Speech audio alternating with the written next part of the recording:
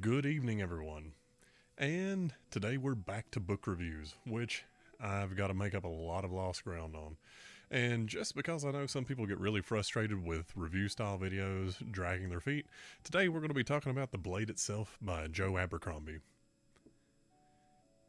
And right off the bat, I will say it's a recommend. Just to be completely clear, I don't think I've actually covered anything that I wouldn't recommend under any circumstance.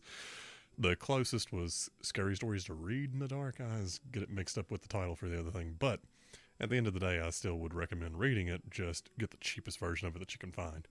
But we're going to be talking about something fun. Back to fantasy, which is something I have been missing because I've been reading a lot of things outside of my normal wheelhouse in order to try to have something different for the channel and like experience a few different things. But fantasy is what I enjoy the most. That's actually what I wrote, was a fantasy book. This is probably one of the most famous series in all of fantasy. But how did I end out not reading it for the better part of the 20 years that I've really been seriously reading fantasy books?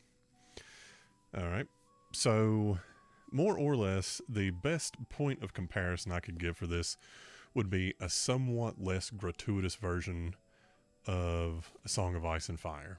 Now, it's not got quite the same level of intrigue and whatnot, but I do think the general feel and setting is an appropriate comparison because there is magic in it, but it's mostly kind of subtle. A lot of it's more about the intrigue between characters, and so this is a more medieval style setting fantasy book.